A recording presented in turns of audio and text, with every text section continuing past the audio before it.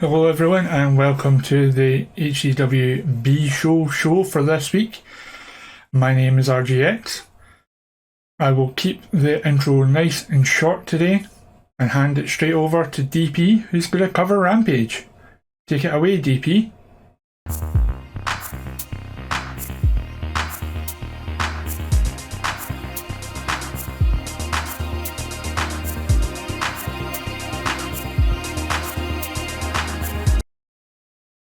Thank you, RGX. My name is Past DP, and I am bringing you the AEW Rampage Grand Slam review from September 23rd of 2022.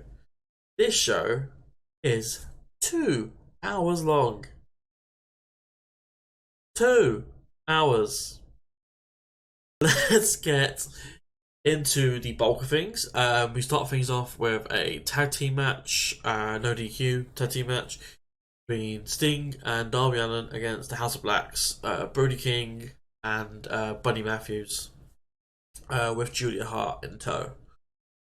This is nothing more than the usual scrap. It's no DQ, so there's more outside stuff. We get towards the end of the match, Darby and Brody fall into a table, and Sting is handcuffed in the ring. Buddy sits down on a chair and is about to hit him with a bat when suddenly the lights go out, and the Great Muta's here. The Great Muta is actually here, which, if you saw on Twitter, he'd already spoiled he was in the area before Rampage even aired. But yeah, Great Muta is here. He walks staggerly slow to the ring, which makes you think, why is Buddy just staring at him? He could just hit Sting with a bat still. You're like, what? But no. He just stands there, stares at Muta. Muta gets in the ring, stares at Sting, spits mist in Buddy's face. Buddy falls backwards very slowly, causing Junior to be flung off the apron into a table which she barely hits and might have hit her head on the fencing. And Sting breaks free of the handcuffs, which I don't know why he didn't do that earlier. He breaks free of them and then hits a Scorpion Death Drop on Buddy to get the free count. And that is the end of your first match. Like I said, fairly average, no DQ match. It was what it was. But moving on to the next match, it is the JAS's Daddy Magic and Cool Hand. So that's Matt Menard and Angela Parker taking on the team of Hook and Action Bronson, who sings his theme live. Sick, great. Hook and Action Bronson pick up the win with stereo katahajimes, or red rums, or transmissions, whatever you want to call them. Hook locks his in Vine, and Action does some attempt of a move. This is nothing more than an extended squash match. Then we move on to the next match, which was another tag match. Samoa Joe and Wardlow taking on the team of Josh Woods and Tony Nese with Smart Mark Sterling in tow. Again, this is nothing more than just an extended squash. Joe pins Nese with the muscle buster. Post match, we get a beat down, but Wardlow makes a save. Sterling gets a powerbomb symphony from Wardlow, and that ends that match. So, following on from that, we go into what is perhaps the match of the night. We get a first time encounter, because they won't stop telling you that. Between Jungle Boy and Rey Fenix. I can't describe well enough to describe this match. I can't even begin to try. I suggest you watch it. It's a fantastic match between two young, hungry, very fast-paced fighters. This is a great match. But I will say the end of the match comes when Phoenix tries a Blackfire driver, which is then reversed into an inside cradle for free.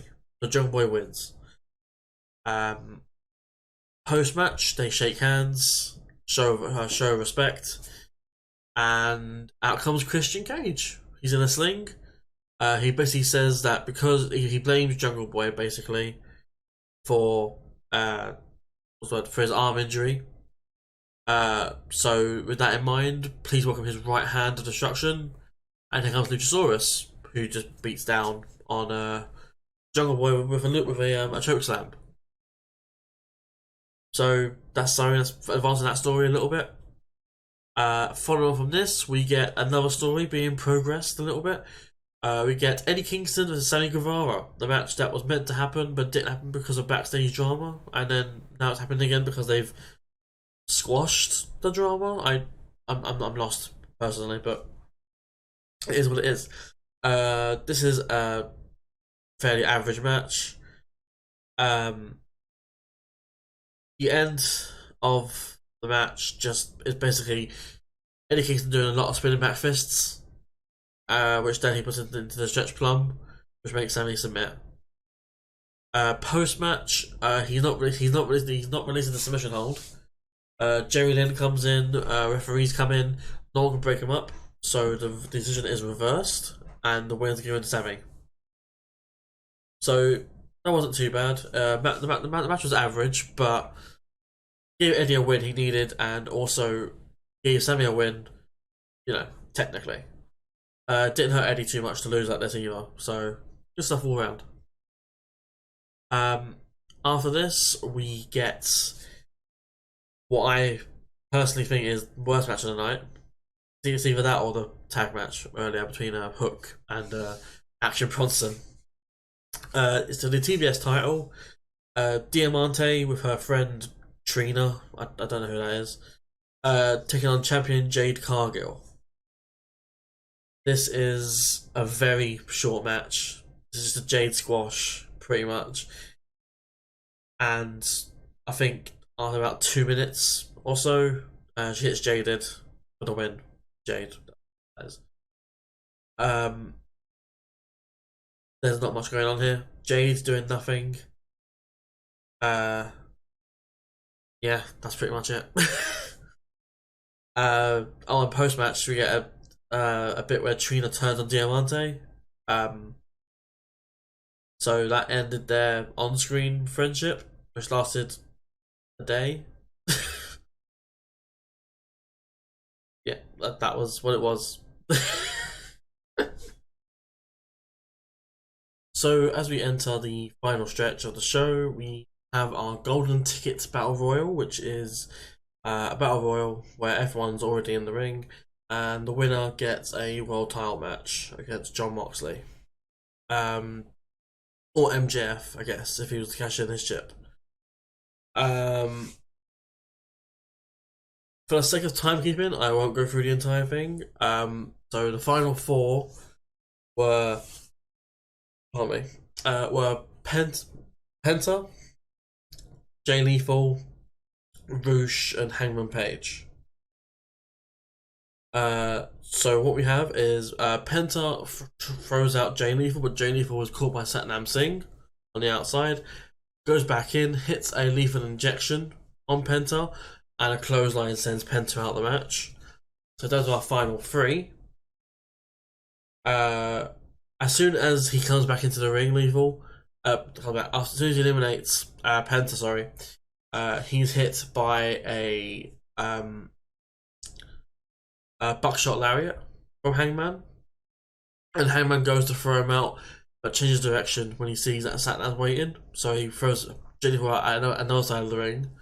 Lethal's eliminated, and then that leaves your final two, Hangman Page and Roosh, which on paper by itself is a fantastic looking, sounding match. We get some back and forth exchange between the two of them. We get both of them on the ring apron, having both been like over the top of the rope. Both on the apron, exchange of strikes. Gets Hangman, who looks like he's going to do a back body drop on Roosh, but instead catches him for last rites and hits last rites, and Rouge falls to the floor. So Hangman Adam Page is your number one contender for Jon Moxley or MJF, depending on who is champion by then. But yeah, it was a fun battle royal. We had a few spots here and there. Danhausen, we had Dalton Castle in there as well. We had Brian Cage, the Butcher and the Blade were involved. We had the Best Friends. There was a lot going on all over the place. We had Lance Archer as well. That's someone else to mention. Overall, it was an average battle royal, but it made for easy viewing. And when we got down to the brass of it, it was very enjoyable in the last few moments as well. So that was always a good thing to see. Not sure I agree with Hangman winning the match, personally, but obviously I'm not the booker. Hangman vs Moxley should be fun, and we'll see what happens from there. And moving on to the main event, or I should say main event, because it's a lights out match. We have Powerhouse Hobbs taking on Ricky Starks. So this match is all over the place. We get a lot of back and forth, we get a lot of use of weapons, we get table spots, we get various moves being hit on each other.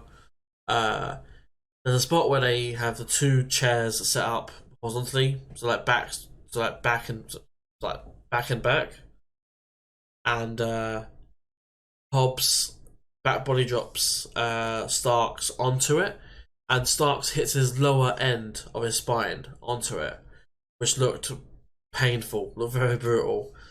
But outside of that, Ricky is able to recover, and comes back a little bit. We get towards the end, Hobbs had a light fixture that he took from the staging. He tries to hit Starks with it, misses. Starks spears him through a table in the corner.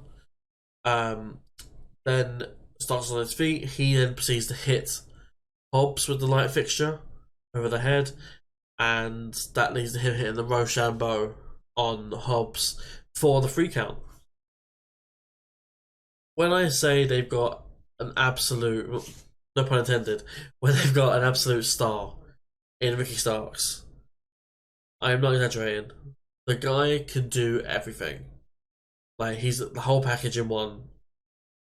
It's surprising that he's not been booked highly, per se.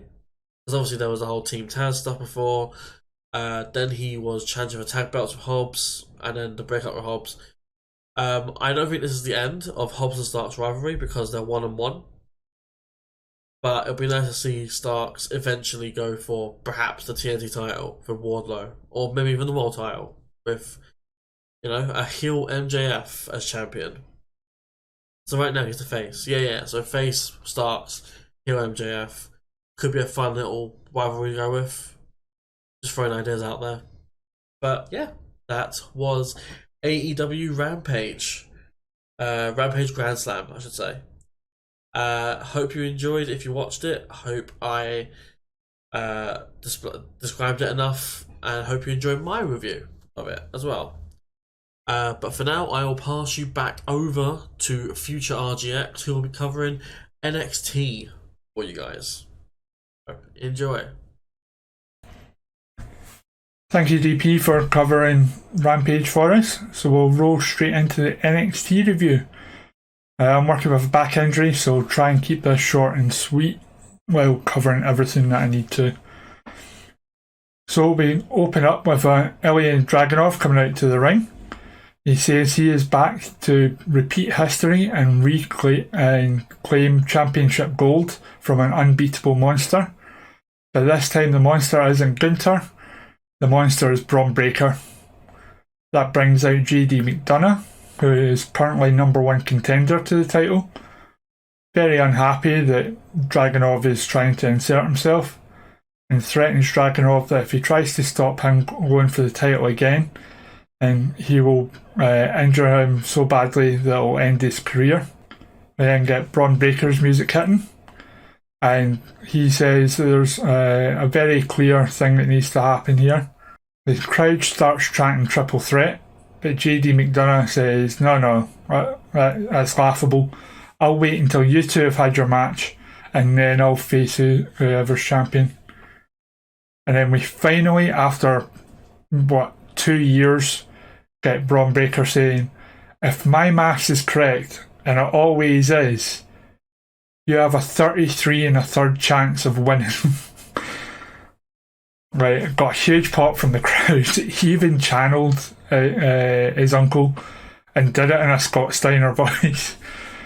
So, obviously calling back to the Steiner Mass promo. So, it's going to be a triple threat at Halloween Havoc.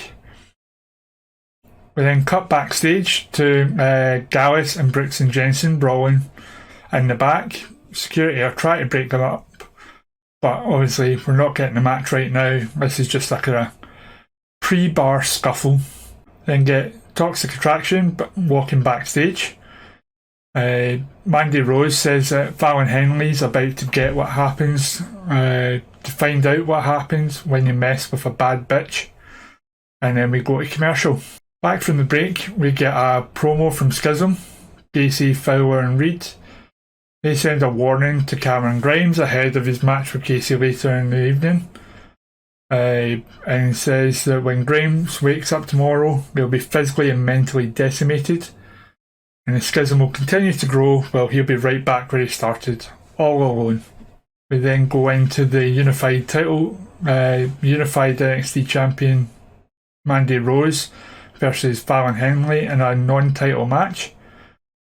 Decent back and forth, though all you can hear throughout the full thing is Toxic Attraction screaming at ringside. As I say, it's a decent back and forth until Rose picks up the win with her running knee. After the match, they stand tall in the ring to celebrate, and Mandy takes the mic saying she knows Alba Fire is jealous over how she conquered 2 continents and wasn't even in the match. And a weird line saying, you may be sitting back there throwing logs on the fire, but I start them. Even though every promo we've seen is Alba starting fires.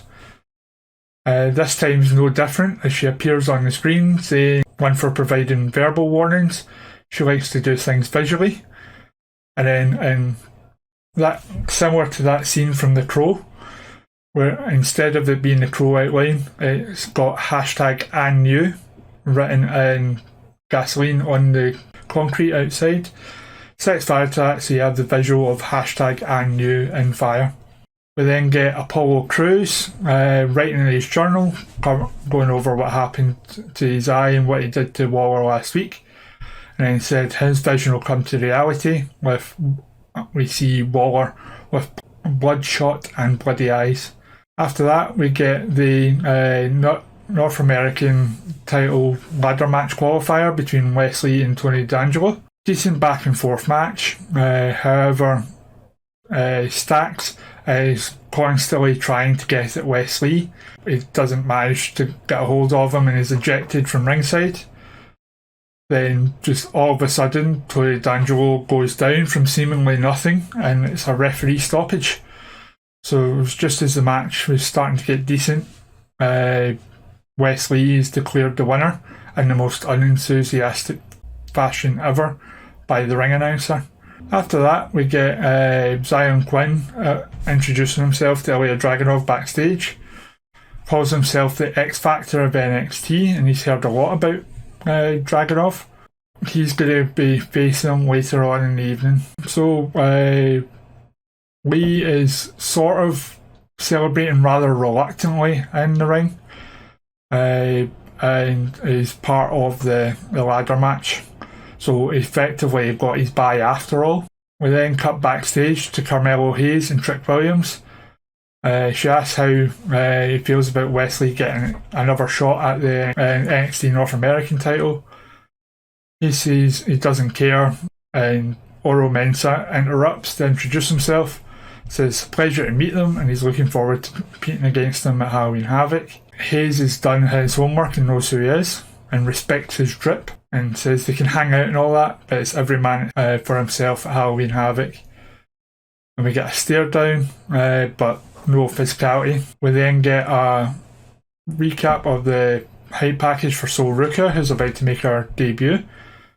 And then when we come back from the break, we get a day in the life of video on Pretty Deadly, how they start their day brushing each other's hair for 2 hours, then go to the gym, but they don't lift weights because they're beautiful and they don't do that rough, heavy stuff. And then they spend a couple hours just basking in each other's beauty, and that's a day in the life of Pretty Deadly. So then we get the debut of Sol Ruka, who's taking on Amari Miller. Decent back and forth match, but you can tell both are still very green.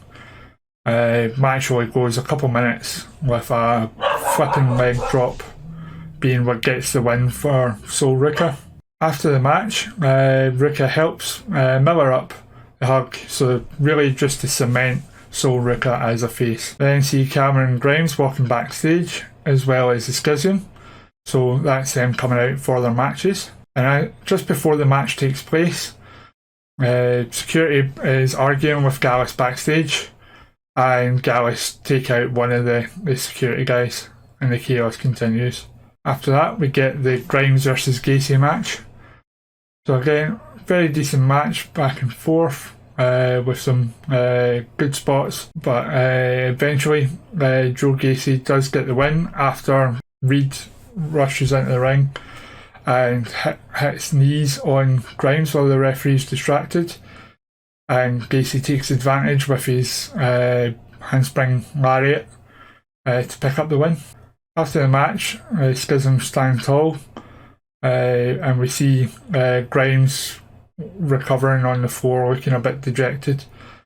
Hopefully that means he's going up to SmackDown soon.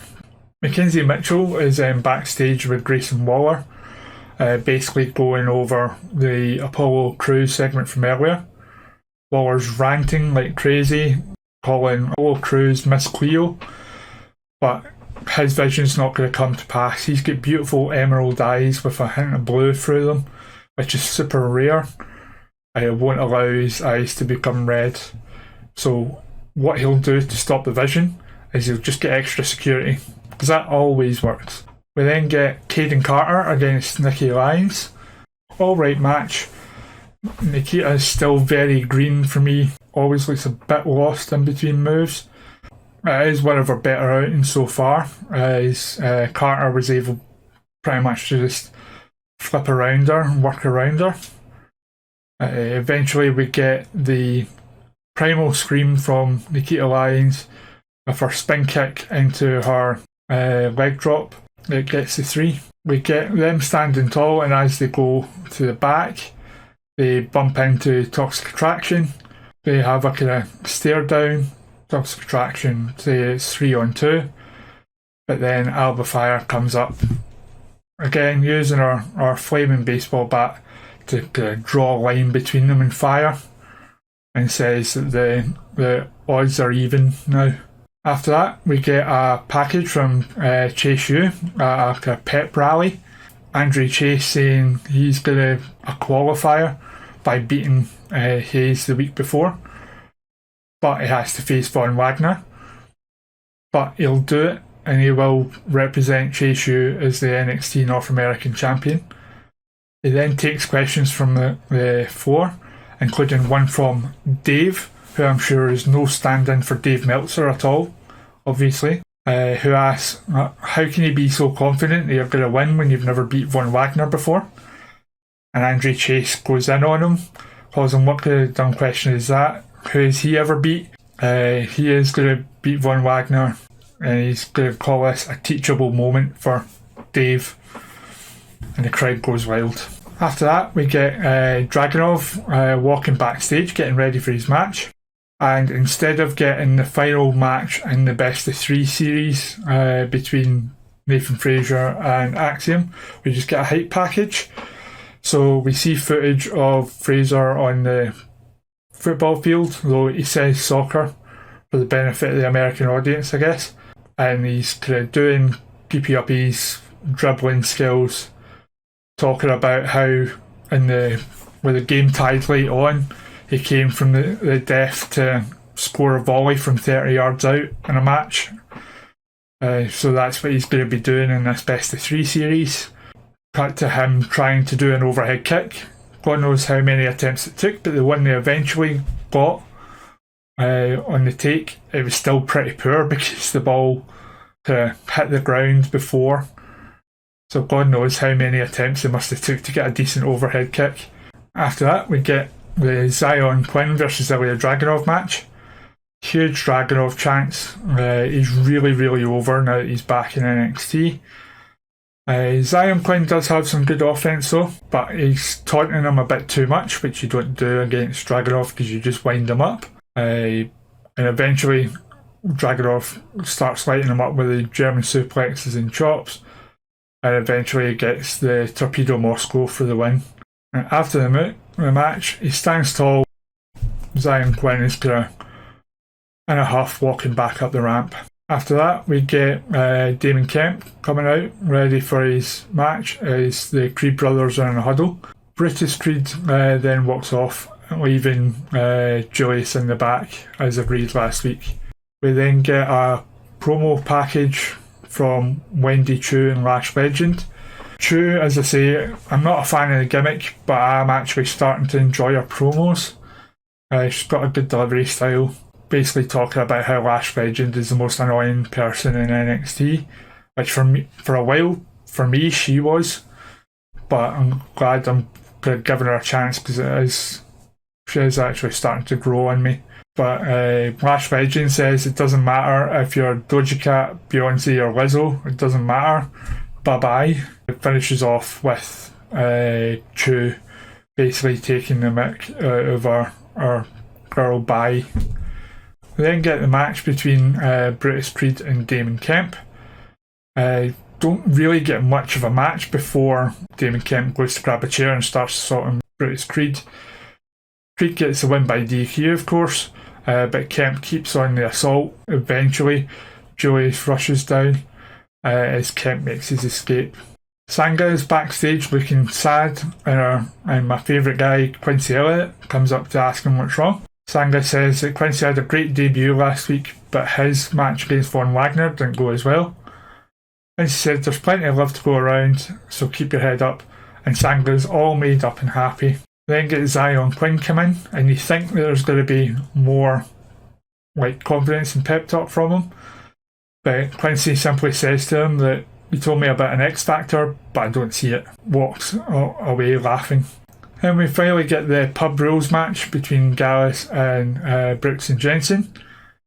It starts off pretty much as a normal match with Gallus dressed as if they're the actual bar staff, which I find quite funny. Fighting like a tornado tag almost, brawling around the place, and then eventually the Briggs and Jensen decide they're going to glass Wolfie and Coffee with pint glasses, which is Wade Barrett rightly says would get you 10 years in England. So that match continues on, but Briggs and Jensen take the advantage and end up getting the win. After it, we get Gallus going absolutely nuts, continuing to batter security and everything until police come out and arrest them. A bit of a weird ending considering they were the ones glassed essentially, but because they were assaulting security, they're the ones escorted out there. So that was your NXT this week. So, as I say, I tried to rush through it to make sure I got it all covered, but that is the B-Show for this week. Please do the usual, like, comment, subscribe, follow our socials in the description below. And yeah, thanks very much for watching, and we'll see you next time. Bye!